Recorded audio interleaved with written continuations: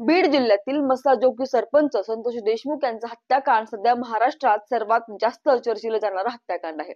या हत्याकांडामध्ये प्रमुख आरोपी हे वाल्मिक कराड आहेत असं बोललं जाते आणि काही दिवसापासून वाल्मिक कराड हे फरार होते। त्यांचा शोध चालू होता आणि अशातच ते आता पोलिसांना शरण आलेले आहेत। वाल्मिक कराड हे पुण्यातील सीआयडी कार्यालयामध्ये पोलिसांना शरण आलेले आहेत, परंतु शरण येण्याच्या अगोदर त्यांनी एक व्हिडिओ प्रसारित केला होता आणि त्या व्हिडिओमध्ये ते म्हणाले, मी वाल्मिक कराड, माझ्या विरोधात केज पोलीस ठाण्यात खंडणीची खोटी तक्रार दाखल झाली आहे। मला अटकपूर्व जामिनाचा अधिकार असतानाही पुण्यातील पाषाण रोडवरील सीआयडी कार्यालयात शरण जात आहे।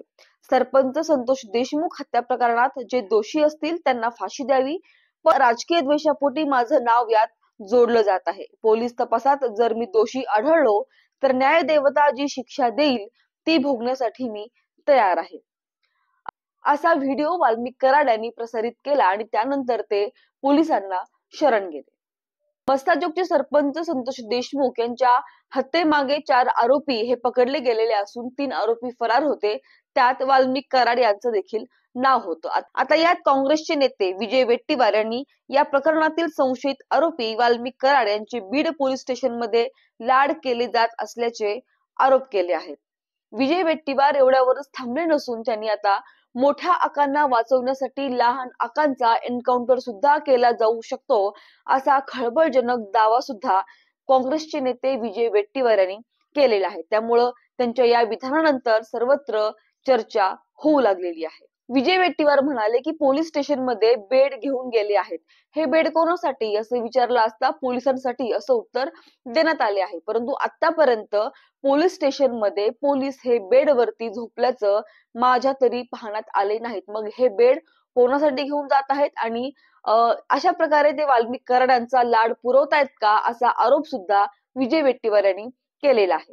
या गुन्ह्यातील जो प्रमुख गुन्हेगार आहे, जो प्रमुख सूत्रधार आहे, त्याला वाचवण्यासाठी या वाल्मिक कराड यांचा एन्काउंटर केला जाऊ शकतो असं खळबळजनक विधान विजय वेट्टीवार यांनी केलंय। त्यात ते म्हणाले, मला काल जी माहिती मिळाली ती अशी आहे की मोठ्या आकांना वाचविण्यासाठी या लहान आकाचा एन्काउंटर ही होऊ शकतो, म्हणून पोलिसांना विनंती आहे की मोठ्या आकांना वाचविण्यासाठी याचा एन्काउंटर करू नका। हा बिचारा म्हणणार नाही, पण मोठ्या आकापर्यंत जाण्यासाठी जर याचा वापर होणार असेल तर तो पुरावा नष्ट होण्याची शक्यता आहे। मला काल ही विश्वसनीय माहिती जवळच्या एका उच्च पदस्थ अधिकाऱ्याने दिली, यावरून काहीही होऊ शकतं अशी शक्यता या प्रकरणामध्ये आहे, असा दावा विजय वेट्टीवार यांनी केलेला आहे। त्यामुळे आता सर्वांच्या भुवया उंचवल्या असून सर्वांचं लक्ष आता वाल्मिक कराड यांच्या सोबत खरंच एन्काउंटर होणार आहे का याकडे लागलेलं आहे। कारण या पूर्ण प्रकरणामध्ये मोठे आका म्हणून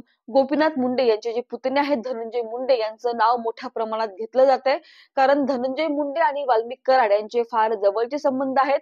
धनंजय मुंडे यांचं वाल्मिक कराड यांच्याशिवाय पान सुद्धा हलू शकत नाही असं अनेक भाषणामध्ये पंकजा मुंडे यांनी ते म्हणाल्या आहेत आणि या सर्व एकंदरीत गोष्टीवरून धनंजय मुंडे हे आता गोत्यात येणार का असं देखील बोललं जाते। शिवाय मुख्यमंत्र्यांची धनंजय मुंडे यांनी भेट घेतल्यानंतर लगेच दुसऱ्या दिवशी वाल्मिक कराड हे पोलिसांना शरण गेले। त्यामुळे राजकीय वर्तुळात याही गोष्टीची चर्चा होऊ लागली होती की लगेच मुख्यमंत्र्यांना धनंजय मुंडे यांची भेट झाली आणि लगेच दुसऱ्या दिवशी वाल्मिक कराड हे पोलिसांना शरण कसे काय गेले। त्यामुळे एकंदरीत काय गोष्टी घडतायत त्याकडे सर्वांचं लक्ष लागून आहे। खरंच धनंजय मुंडे यांना वाचवण्यासाठी वाल्मिक कराड यांचं एन्काउंटर होऊ शकतं का? तुम्हाला काय वाटतंय कमेंट मध्ये सांगायला विसरू नका। आजच्या व्हिडिओमध्ये आपण इथेच थांबूया, भेटूया पुढच्या व्हिडिओमध्ये। तोपर्यंत व्हिडिओला लाईक करा, शेअर करा आणि सबस्क्राईब करायला मात्र विसरू नका। धन्यवाद।